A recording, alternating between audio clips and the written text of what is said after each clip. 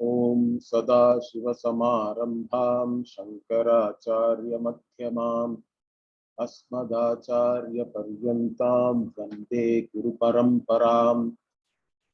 Om Purnamadah Purnamidam Purnat Purnamudachyate Purnasya Purnamadaya Purnamevavasishyate. Om Shanti Shanti Shanti. Om Namo Brahmadityo Brahma Vidya Sampradaya Kartrubhyo Vamsha Rishibhyo Namo Gurubhyaha. We were looking at the 10th Vakya in the Maitreyo Brahmanam,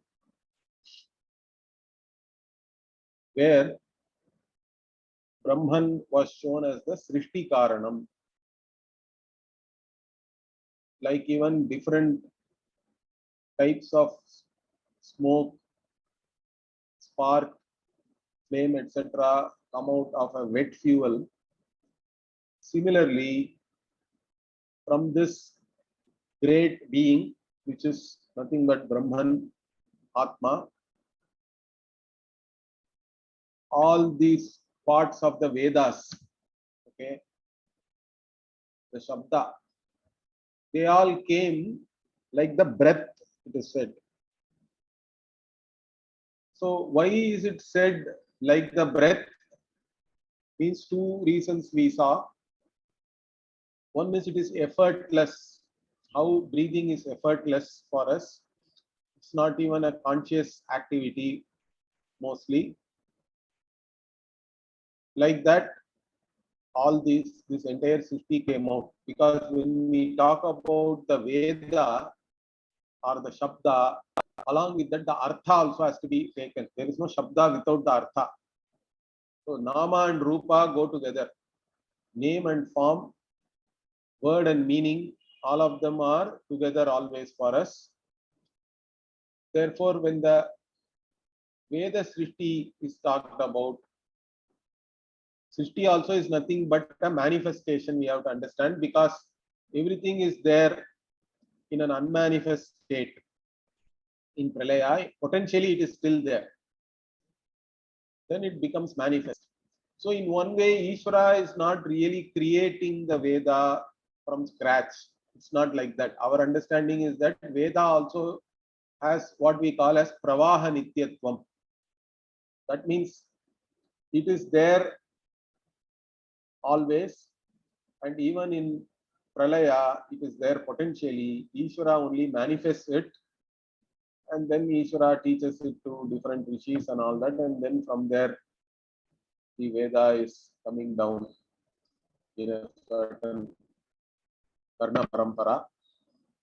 An oral tradition is there. So, the Srishti of the Veda is talked about here,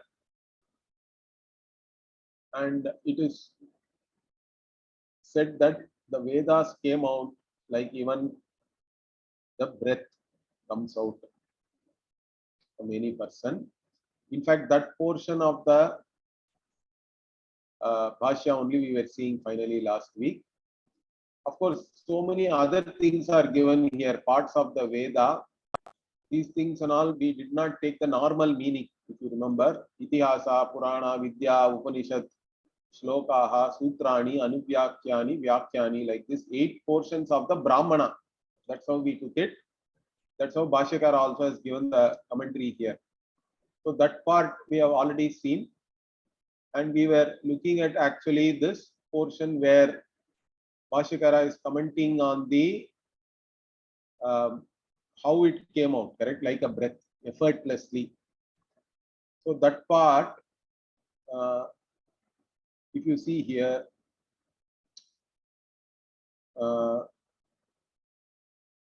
here, Niyata Rachanavataha Vidyamanasya eva Vedasya Abhivyaktihi. Bhashyakara also says Abhivyaktihi only. The manifestation of the Veda. Purusha Nishwasavat, it is like a person breathing out. Why this Nishwasavat is important? Bhashyakara, nacha purusha buddhi prayatna purvakaha. It is not some conscious activity, effort. It is actually effortless, really. That's what is said by this Vishwasa. Okay. Therefore, what he says, therefore the Veda is a pramana because it is apaurusheya. It has come directly from Ishvara, and Veda as a pramana does not depend on anybody else.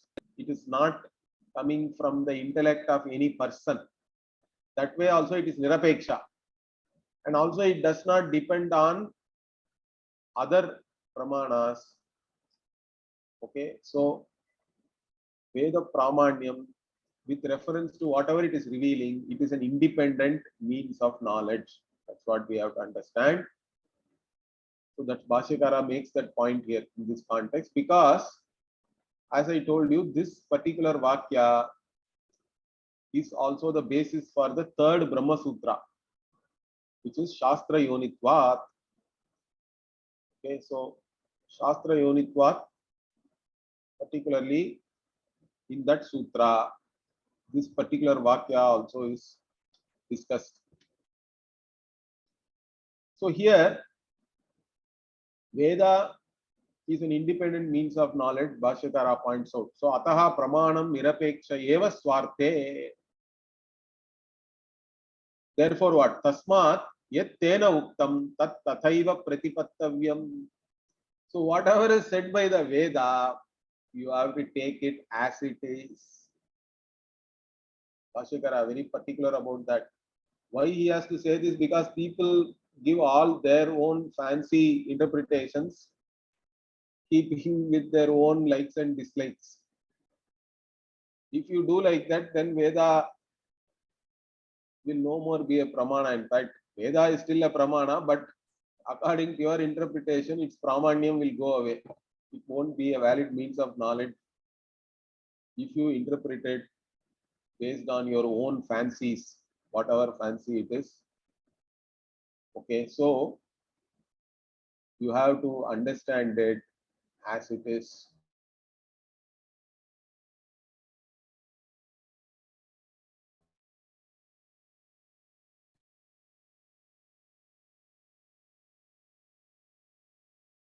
Ultimate good or moksha only we have to take, correct? Because even in Kathopanishad, this word comes, very interesting word, correct? Shreyascha preyascha manushya metaha, like that only the second chapter of Kathopanishad starts. So the Shreyas, even Bhagavad Gita also, Arjuna uses this Shreyas word. Yet Shreyas syan nishchitam bruhi tanme. Like that in the second chapter beginning, Arjuna asks for Shreyas. Then only Bhagavan starts teaching him. Otherwise, Bhagavan was only giving him some advice, that too very bit, very using harsh words. In fact, harsh advice Bhagavan was giving him and asking him to get up and fight. Then he says, I am your Shishya. You tell me what is Shreyas. Then Bhagavan teaches. Anyway, so one who is desirous of Shreyas, moksha, or ultimate good for oneself, which is really moksha, nothing else can be ultimately good for you. You have to take the words of the Veda as it is and understand that properly, whatever is said by that. So, again, even if you want some relative Shreyas also, you are doing karma, let us say, you are interested in dharma, then also you have to understand it as it is. So, whether it is jnana or karma. So, Bhashyakara puts both. Jnanam va karma vati. So, whether you are going in the karma marga and you want to go to Swarga and enjoy and all that, also you take whatever the Veda says you have to do. You have to know that and do it accordingly there. Or if you are only interested in moksha, then you have to understand what Veda reveals about you as it is. Okay, so this Veda Pramanyam also is established because here from this Vishwasitam, it is shown that Vedas have come directly from Ishvara and it is Apaurusheyam. Even Ishvara also did not create it. That way also the Apaurushaya can be extended to that level, saying that it was already there potentially, and Ishvara only did Abhivyakti. Ishvara only manifested what was already unmanifest. So truly Veda is Apaurushaya. It is not from the intellect of any one person. Therefore, it is an independent means of. In fact, this is a big argument. If you see the Purvamimamsakas, they simply demolish, particularly the Buddhists. If there is a Shloka Vartika of Kumarila Bhatta. I don't know whether any of you can go and read it, but it is in Shloka Vartika also very interesting arguments are there. How the Purvamimamsakas take on the Buddhist and establish that the Veda is a Pramana. Okay? And why whatever Buddha says and all cannot be taken as Pramana, because it is Paurushaya. So that is a very important argument here. In fact, Anandagiri also mentions that. I was reading Anandagiri. Here he says, Ataha Grantha, in fact, Bhashyakara itself says other Granthas are not Pramana later on. In that context, he says, Anyaha Granthaha Buddhadi Pranitaha, he says, Anandagiri also. So whatever is written by Buddha and all cannot be taken as Pramana. Only that which is Apaurushaya, the Veda alone is Pramana for us. That is very clear. Now further what Bhashyakara says, Nama Prakasha Vashadhi Rupasya Vikriya Avastha. So the Rupa, the different forms themselves, in fact, even we can identify only by giving them names, correct? Names and forms go together. The differences in forms also imply that there are differences in names, or differences in names means there are different forms. So the separation or division into different forms and different names, they go together. Names and forms always go together. So by knowing that name only, the form also we identify. Along with the name, we identify differences in forms. Both, particularly Nama Prakasha is first there, Bhashyakara says. Why he has to say this is because here only the Nama or the Shabda Shrishti alone is talked about, but Bhashyakara wants to link it with Artha Shrishti also. The meaning also you have to take. When we say the word or the Veda was manifest, along with the words, the meaning also, Artha also is manifest. The objects which are referred to by the word, they are also manifest. So that's why he is pointing it out. Nama Rupayoho Evahi Paramatma Upadi Bhutayoho Vyakriyamanayoho Salila Phenavat Tattva Anyatvena Anirvaktavyayoho. Even this is an important part of the Bhashya, I think. I don't know anywhere else in the Bhashya itself, this Anirvachaniya point is made. Of course, in Viveka Chudamani and all this part, this is very much pointed out. Mithya is Tattva. That is, you cannot say whether it is there or not, like that. In any way, you cannot categorize it. It is uncategorizable. Okay, that part. But Bhashyakara in this Bhashya is talking about that Anirvaktavyayoho. Okay, so because this Anirvachaniya is a very important word in our tradition, and we will be talking about it in other contexts also. But anyway, he says Tattva Anyatvena Anirvaktavyayoho Sarva Avasthayoho Samsaratvam. Okay, Ityataha Namnaha Eva Nistitatvam Uktam.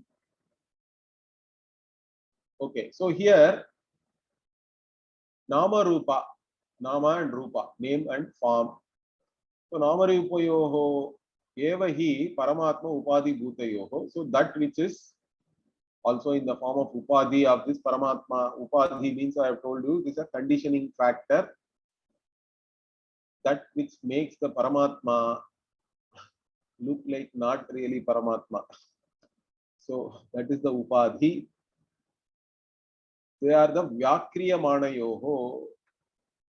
So they are the one which makes this Paramatma appear as many. Okay.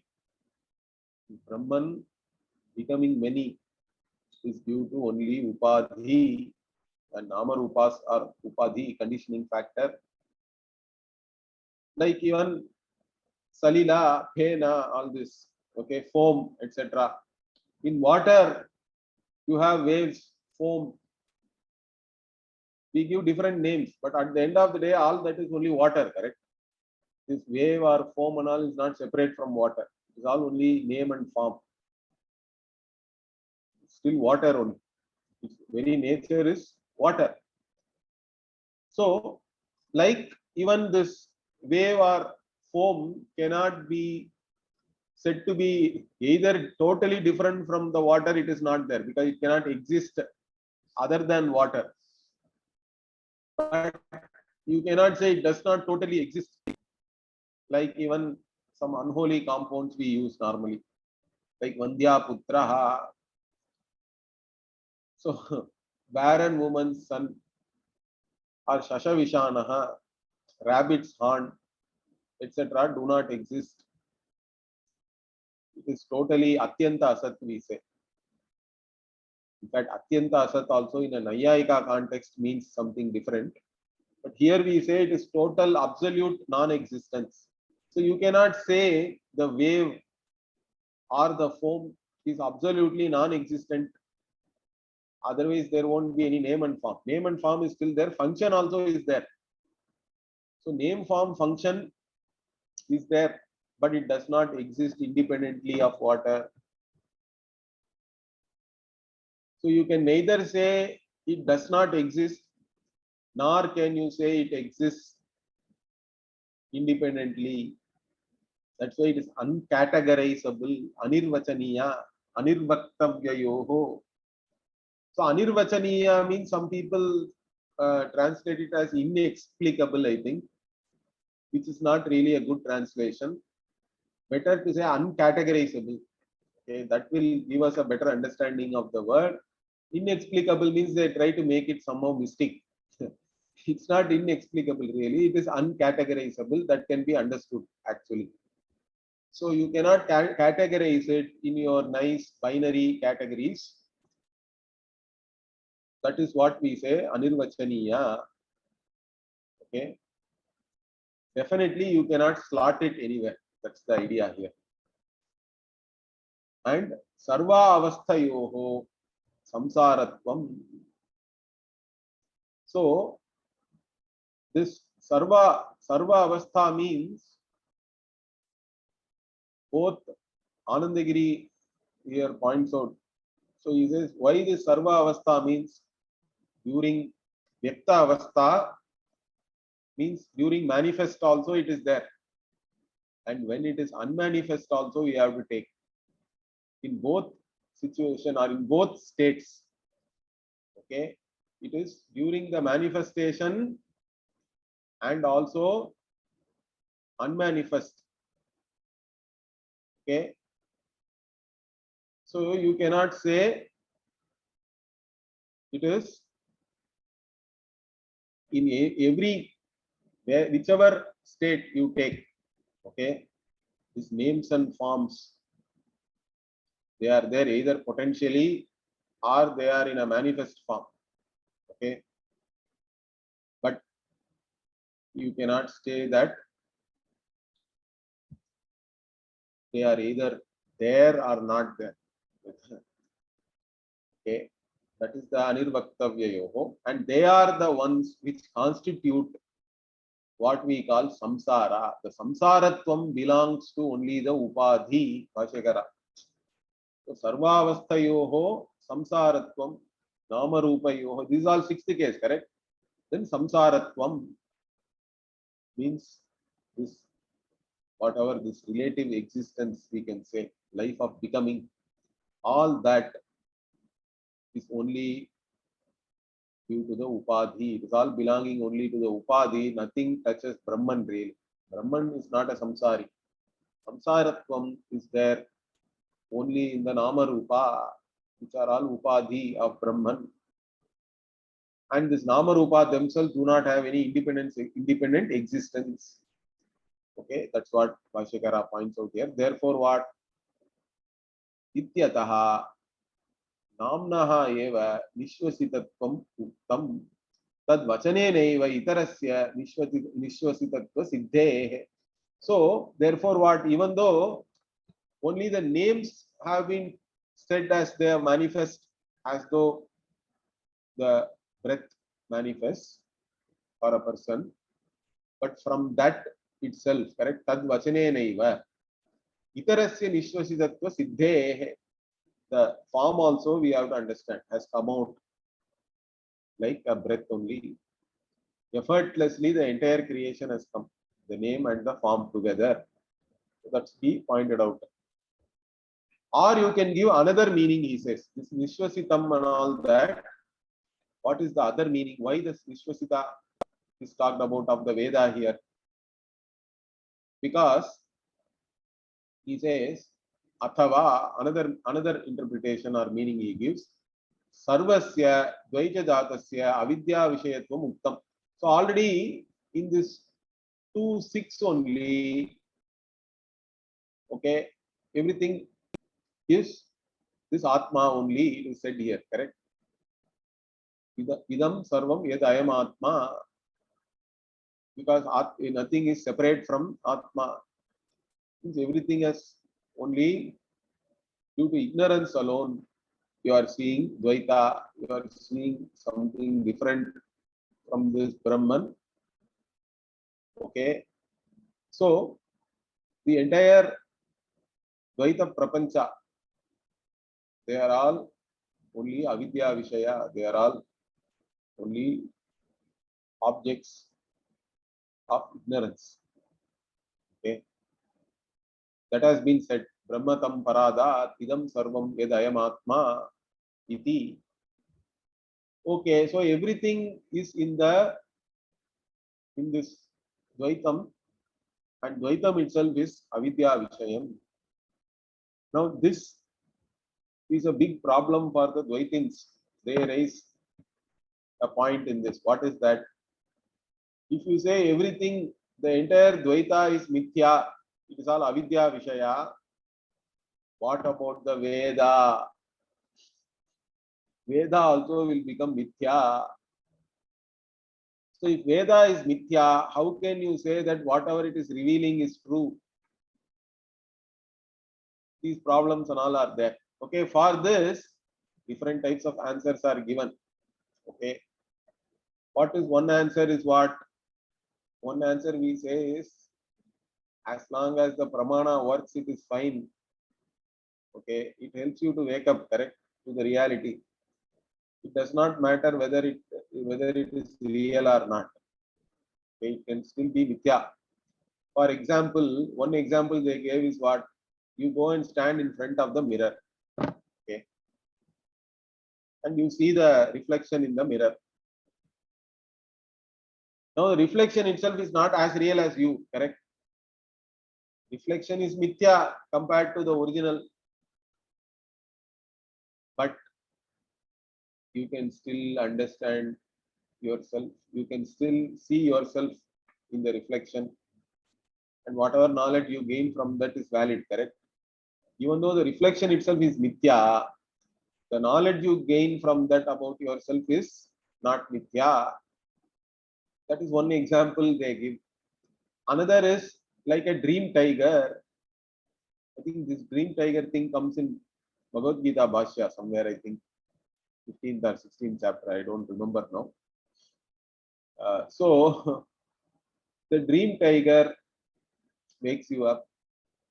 It does not matter that dream tiger itself is part of the dream, correct? That is also equally mithya, like dream. But it can frighten you and make you get up. So like this, we can give certain arguments. Okay, but anyway, Bhashyakara points out, see, if you say everything is mithya, all of them, the entire Dvaita Prapancha is Avidya Vishaya, Then what he says, Tena Vedasya Apramanyam Ashanketa. Veda also will become Mithya, therefore it is Aprama. It will not be considered as a valid means of knowledge. Its validity as a means of knowledge itself will become Mithya. It is questioned, it will become false, invalid. Like this, there is a doubt. Okay. Therefore, it said, it seems, Tad Ashanka Nivrityartham Idamuktam, to remove that doubt. So people can doubt. To remove that what? Purusha Nishwasavat Aprayatna Uthitatva Pramanam Vedaha. Okay, so Purusha Nishwasavat, like even the breath of the person, without any effort of Ishvara, the Vedas have come about. Okay, means, what is the idea here? Means everything in the Srishti, if you make a conscious effort, then it is coming from your own ignorance. But here the Veda has come without any effort of anybody who is a Ajnana Karya. Okay? So there is no conscious effort based on one's own ignorance, because of which the Veda has produced. It is there. It has come from Ishvara without any effort. It has no basis in Ajnanam. Like this, we have to take it. Therefore, Veda is a Pramana. Veda can be taken as a Pramana, even though this entire Dvaita Prapancha is Mithya. But within this Mithya Prapancha, the Veda has not come from any person's intellect. Again, this goes back to the Apurushaya argument only. Basically, to show the Veda as a valid means of knowledge, even though it is part of the Dvaita Prapancha. This Purusha Nishwasa analogy is given, like this Bhashyakara says. All other Granthas cannot be considered like that, because they all have come from some particular person. Now, Anandagiri points out like Buddha. So, Buddha, whatever he said and all cannot be taken as Pramana, unless whatever he said, if it aligns with what the Veda has said, then that's a different thing. But anybody who says something against the Veda, apne aap, something which occurs to themselves, those things cannot be taken as Pramana. Only Veda alone is a Pramana, because it has come from Ishvara without any effort. So there is no effort within this Srishti itself for the Veda to manifest. That is the idea. So that way, it is a Pramana, it is valid. So like this is an interesting few sentences here. So now we have already seen this entire creation. The Sthiti and Srishti Karana is Brahman, Atma, that has been shown. Now one more, we have to show that it is also Laya Karana. That is now coming in the next Vakya. Let us see that. Sayatha Sarvasam Apam Samudra Ekayanam Evam Sarvesham Sparshanam Tvag Ekayanam Evam Sarvesham Gandhanam Nasike Ekayanam Evam Sarvesham Rasanam Jihva Ekayanam Evam Sarvesham Rupanam Chakshuhu Ekayanam Evam Sarvesham Shabdanam Shrotram Ekayanam Evam Sarvesham Sankalpanam Mana Ekayanam Evam Sarvasam Vidyanam Hridayam Ekayanam Evam Sarvesham Karmanam Hastav Ekayanam Evam Sarvesham Anandanam Upastha Ekayanam Evam Sarvesham Visarganam Payuhu Ekayanam Evam Sarvesham Advanam Padav Ekayanam Evam Sarvesham Vedanam Vag Ekayanam. So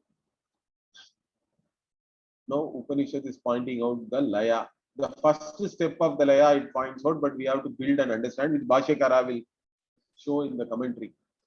So now again Upanishad is giving some analogy. It starts with an analogy. It says, Sa yatha sarvasam apam samudra ekayanam. Like even for all the different forms of water, means here river, okay, some stream, some lakes, like this different forms of water are there, water bodies.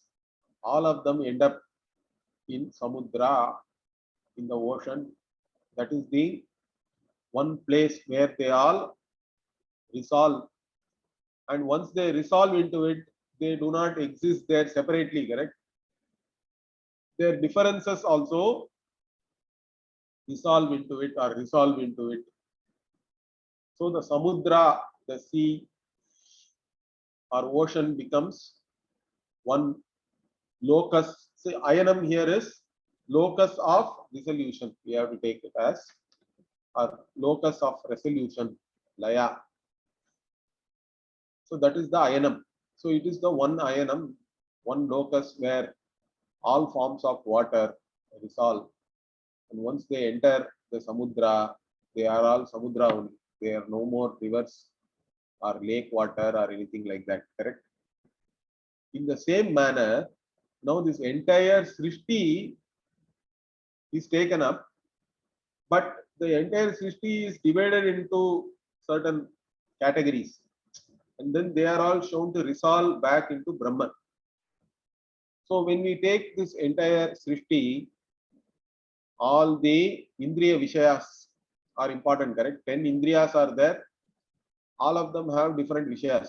There are 5 Jnanendriyas, or sense organs, and then 5 Karmendriyas, organs of action. All of them have, both the sense organs and organs of action have their own objects, okay, on which they act. That forms the entire creation, correct? But along with that, mind also is very important. Within the mind also so many thoughts are there. Even without any external stimuli, mind itself can recollect, can think, can imagine and all that. So mind also we have to take. Then buddhi is there, which cognizes everything. So all these 12 things are taken and shown that all of them anyway resolve back into Brahman alone. Okay. But in that, the first step is shown here. What is that? So like even all the waters resolve into ocean, Upanishad says, Sarvesham Sparshanam Tvag Ekayanam. So for all the touch stimuli, skin, sparsha, Tvag is the skin here, Ekayanam. Tvag, our skin is the place of resolution. In fact, Bhashyakara here takes this Tvag not as the physical skin or even the touch as an indriya, but he takes it as sparsha samanya, okay? Because sarvesham sparshanam, when we say different types of touch sensation, what are the different types of touch sensation? Means Bhashyakara says hard, soft, smooth, rough, all these things are there, correct? When you touch something, you will know whether it is hard, soft, whether the surface is smooth, whether it is rough. These are all specific touch. But all this specific touch resolve into generic touch. Okay, that generic touch is Tvag, Samanya Sparsha. Then what happens to the generic touch? Means it will become part of the mind, correct? Mind also has to be there. If the mind does not back up the Indriya activity will not even register anywhere, correct? It's not there, as good as it is not there. So the touch, the generic touch then becomes manovritti. In the mind, it has to be there. From the mind also, if it is there also, unless you cognize it, it is not there, correct? So buddhi has to cognize like this, and then what? Then what is the nature of this cognizer means it is Brahman. It all resolves back into Brahman. That this is Pratibodha Viditam Matam. Same thing. Correct. Each and every cognition resolves into Brahman. So my Guruji used to say, he used to say, Nirvikalpa. Nirvikalpa is a word everybody is going after, correct? Nirvikalpa Samadhi, you have to stop all your thoughts. Okay? Chitta Vritti Nirodha, and then Nirvikalpa. But then after you come out of that, what? It is again Savikalpa only. Everything Vikalpa is there. So real Nirvikalpa Samadhi means what? Nirvikalpoham. That is the Nirvikalpa Samadhi. Samadhiyate asmin iti samadhi. Like this Bhashyakara gives a meaning for Samadhi itself in Bhagavad Gita, I think. So into which everything resolves. That is Samadhi really. And where everything resolves? Into yourself, the conscious being. You are that conscious being into whom each and every cognition resolves. You are the invariable consciousness into whom every cognition resolves. It's all like just waves, correct? But you are the water. You don't have to stop the wave to know that it is water. When will the wave stop? There is even a saying in Tamil. Okay, somebody said that he will go and pick up water once the waves stop. So they'll say like that. So to that person, this person is saying, when will the waves stop? When will you go and fetch the water? It's never going to happen, correct? Because if some people are procrastinating, they don't want to do something, saying that something else has to happen, then only I will do this. Then we will say that in Tamil there is a saying, when will the waves stop? When will you go and take bath, or when will you go and fetch the water, like this? So that's not going to happen. That need not happen also. You can know even when the wave is there, you have to know that it is water. Everything resolves into water. Like that, everything resolves into you, the conscious being, who is Prajnana Ghana. That Bhashyakara will use that word. So Ghana means homogeneous, without any differences. There is no Vikalpa, one entity, one whole, complete. That is you. So here, the Twag is the Sparsha Samanya. And then what? Similarly, we have to understand other things. Sarvesham Gandhanam Nasike Ekayanam. Nasika again is a Gandha Samanya. It is the general smell. And then Sarvesham Rasana, taste. Jihva means not just tongue, but it is the taste Samanya, generic taste. Similarly, Sarvesham Rupanam Chakshuhu Ekayanam. So again here Chakshuhu, we have to take it as all the specific forms, colors, etc. resolve into generic form. And again Sarvesham Shabdanam Shrotram. So all the sounds, specific sounds resolves into generic sound. Shrotram Ekayanam. Evam Sarvesham Sankalpanam Manaha Ekayanam. So for all your mental activities, correct? Sankalpa, Vikalpa, etc. Sankalpa Vikalpatmakam Manaha. Like that, we give a definition also for mind. When we talk about the mind itself has four different things, correct? Mano, Buddhi, Ahankara, Chitta. There we say Sankalpa Vikalpatmakaha Manaha. Even in Brhadaranyaka also it is there. Hirir, Dhir, Dhir. Like that we saw. All the emotions, all the different thoughts which are occurring. Should I do this or not? All that is all part of mind only. Then Nischayatmika Buddhi. This is that. That cognition is Buddhi, intellect. Okay, discriminatory cognition. So all these sankalpas are all where they all resolve into a common thing, which is mind. And even sarvasam vidyana, all specific cognitions resolve into your hridaya. Hridaya here is buddhi only. The word hridaya is used uh, for buddhi in many places in the Upanishad. So hridayam eka ayanam. Okay, so here manas and buddhi also have been talked about. So all specific cognition resolve into a general cognition. Okay, awareness we can say. Then sarvesham karmanam hastau ekayanam. So karmendriya also is talked about here. So all this karma which you can do with your hands, correct? They all resolve into a generic karma, generic action, grabbing, etc. Then sarvesham anandanam upastha, all pleasures, they all again specific pleasures resolve into generic pleasure. Generic pleasure here is called upastha, the reproductive organ. Then sarvesham visarganam, all types of excretion, that is also a karmendriya. Payuhu ekayanam. So payu is anus, and that is again considered as a generic excretory action.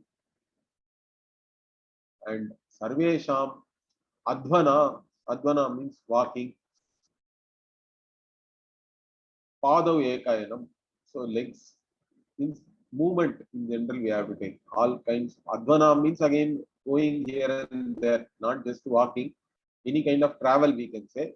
Means movement in general. It's all generally movement. Any kind of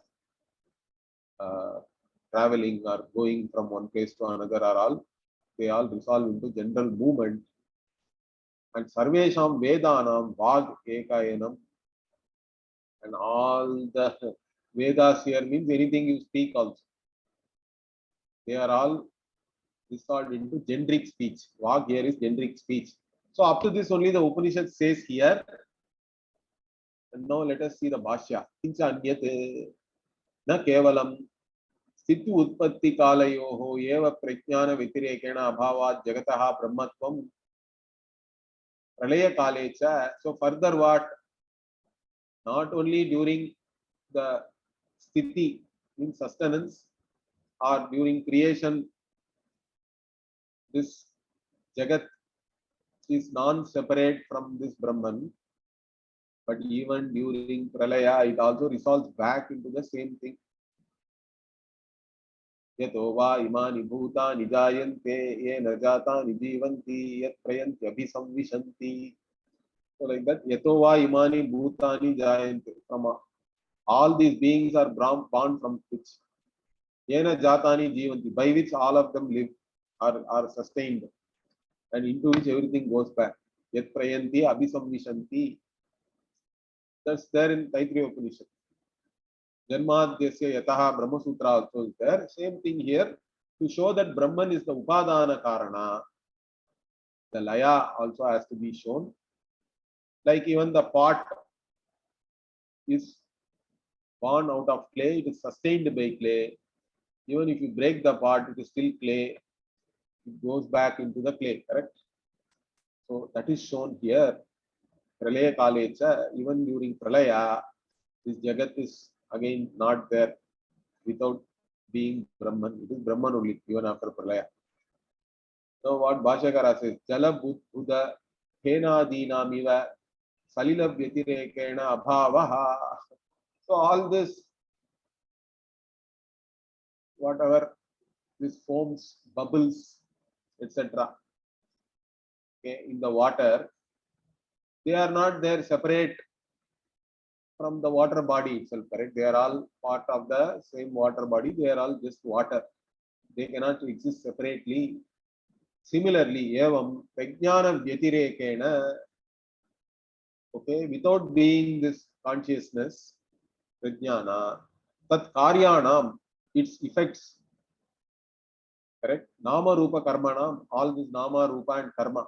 So Bhashyakara brings Nama Rupa Karma because Upanishad itself talked about it in 1:6. Correct? So Nama Rupa Karma, name, form, and action or function. So all these things, name, form, and functions, they are all only the effect of Brahman. They are born out of Brahman, they are sustained by Brahman, they go back into Brahman. Therefore, what karmanam tasmin neva niyamananam abhavaha.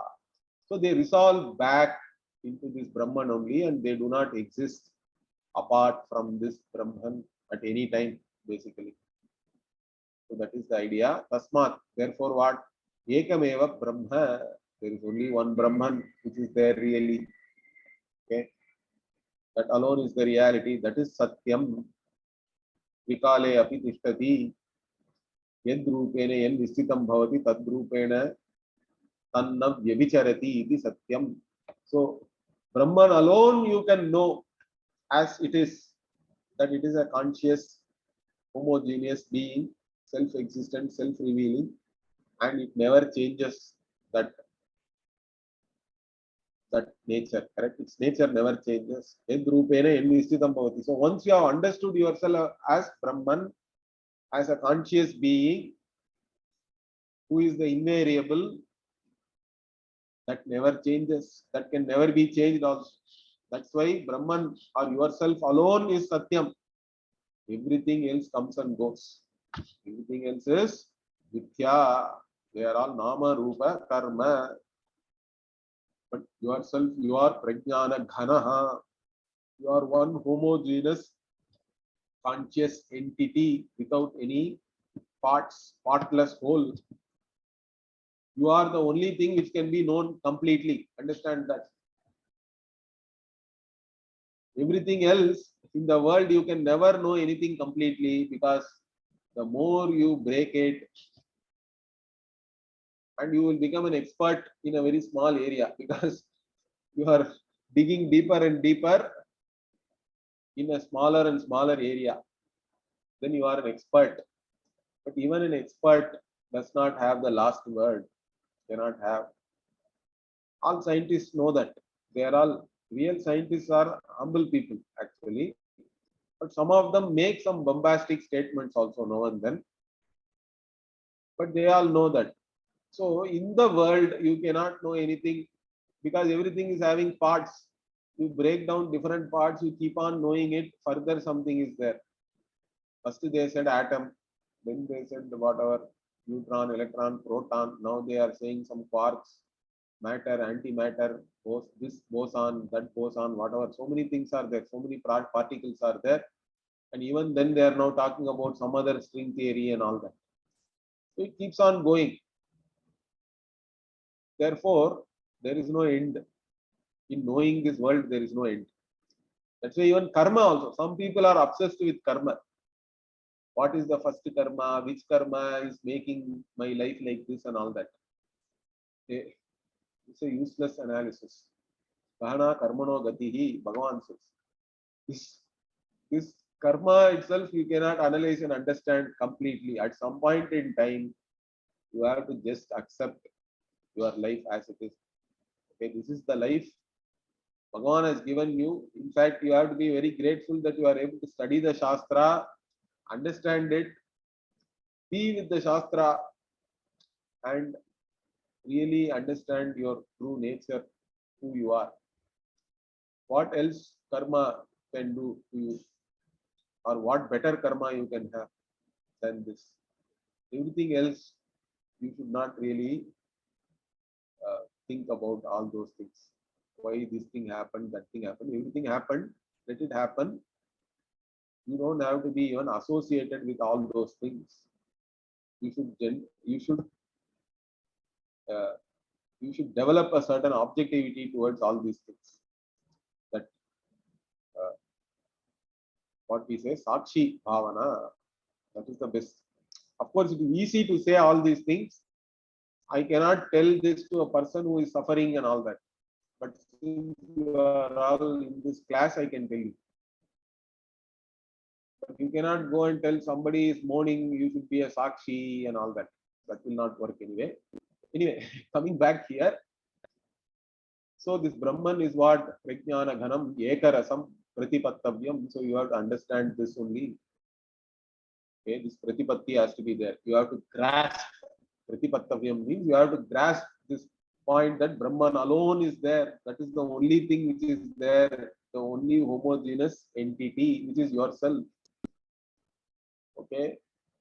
So here, Pralaya Pradarsanaya Drishtantaha. So here, this particular Vakya itself is starting with a Drishtanta, an analogy to show that Pralaya also, during Pralaya also, everything goes into Brahman only. For that, the Drishtanta is the Samudra itself. Correct?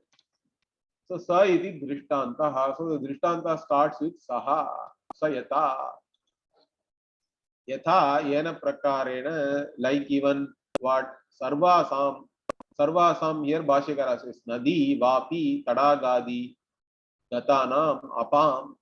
So Sarvasam Apam is there. So that Sarvasam Bhashyakara says river. Nadi means river.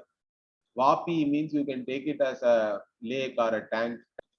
Tadaga also is some kind of a tank only.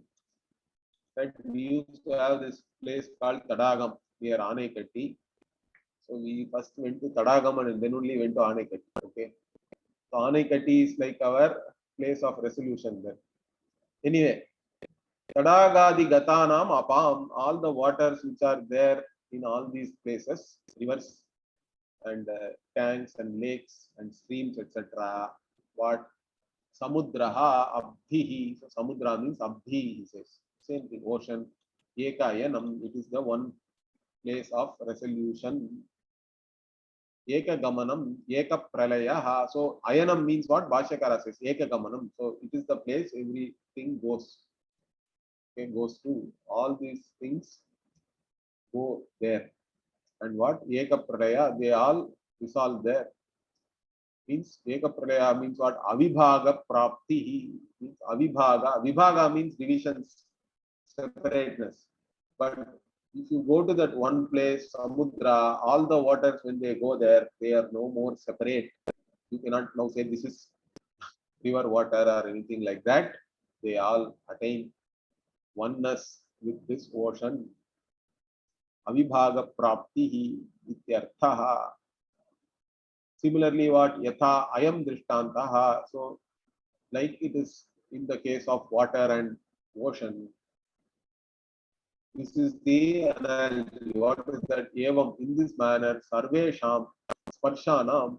So the actual, first the drishtanta is given. Similarly, all the touch stimuli, different types of touch.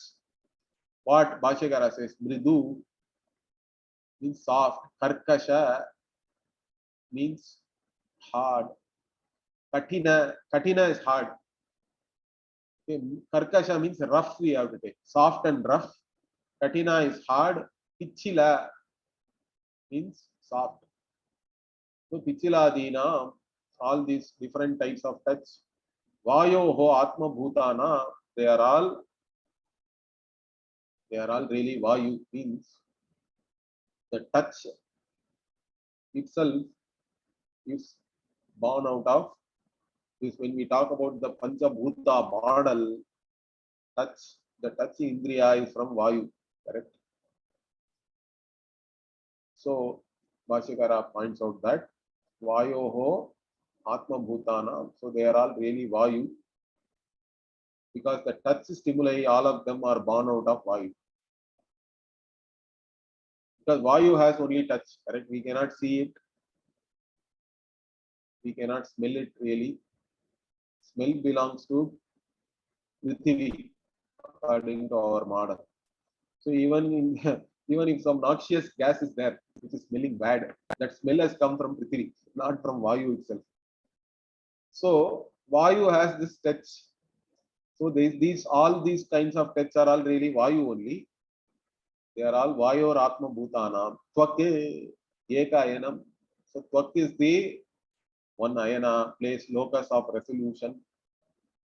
And what is the meaning of Tvak here? Bhashyakara.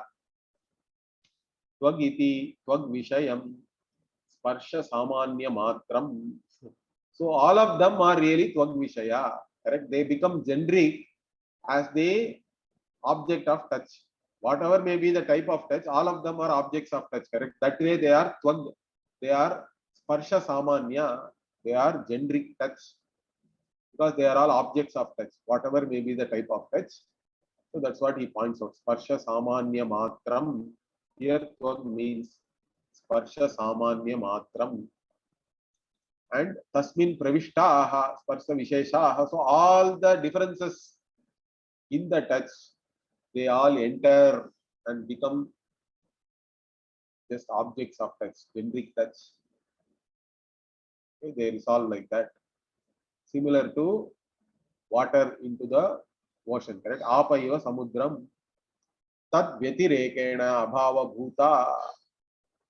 Because the water also cannot exist other than being the ocean. Once it enters the ocean, similarly, all these specific touches just become generic object of touch. Okay.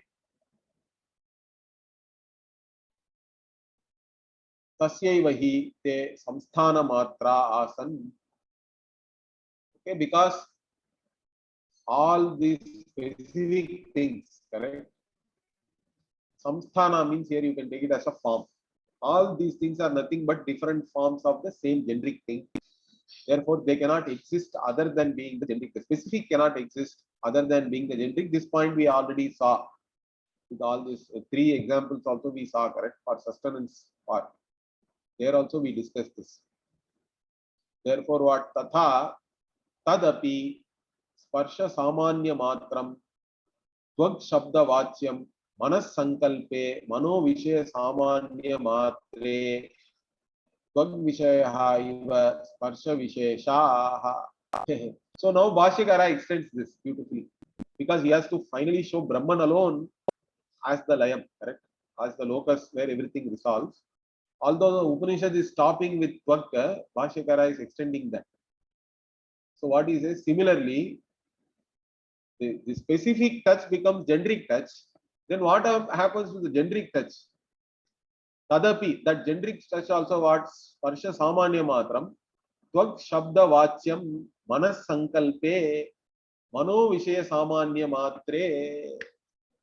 Because when we say this is when the meaning of Tvak here is Sparsha Samanya Matram, but that also has to be registered in your mind, correct? So it has to become a Manas Sankalpa, it has to be a Mano Vritti, it has to become a Mano Vishaya at the end of it. That's what he points out. It has to be an object in your mind. First, it becomes generic object of your sense organ. From there, it becomes an object of your mind generally. And even that object of your mind has to be cognized by the buddhi, by the general awareness, and that is then that itself is nothing but Brahman alone. Okay, Brahman alone is appearing as this generic awareness in the particular, we have to say, upadhi. So this sparsha samanya becomes mano vishaya samanya. Okay. So Tvag Vishayaha, Iva Sparsha Vishesha. So even like the specific touches became generic touch. The generic touch also has now become a generic object of mind. Okay, and also this Sparsha Samanya also cannot exist by itself. That's what he is pointing out. So Pravishtam Tad Vyatirekena Abhava Bhutam Bhavati, because the generic touch also cannot exist apart from being an object of the mind, generic object of the mind. So it has entered there, we can take. Evam, similarly what? But mind, object of the mind also cannot exist by itself. Evam mano vishayaha api buddhi vishaya samanya matre pravishtaha tad vyatirekena abhava bhutaha bhavati.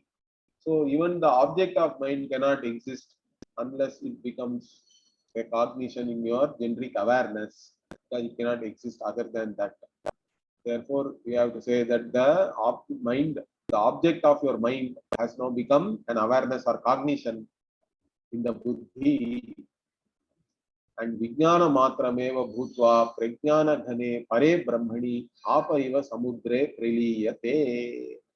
And then that generic awareness also resolves into consciousness, which is Brahman, which is yourself, which is prajnana ghana, which is the one homogeneous consciousness which is always there, which is the invariable in every cognition. Like even the water has entered the ocean, all cognitions resolve into you, who is nirvikalpaha, aham nirvikalpaha.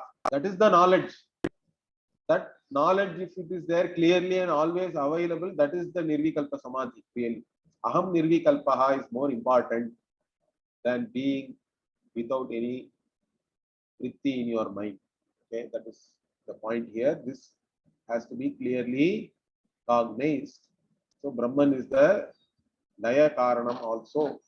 We'll see the rest of the bhashyam next week. Om Purnamadah Purnamidam Purnat Purnamudachyate Purnasya Purnamadaya Purnamevavashishyate. Om Shanti Shanti Shanti. Harihi Om Shri Gurubhyo Namaha. Harihi Om.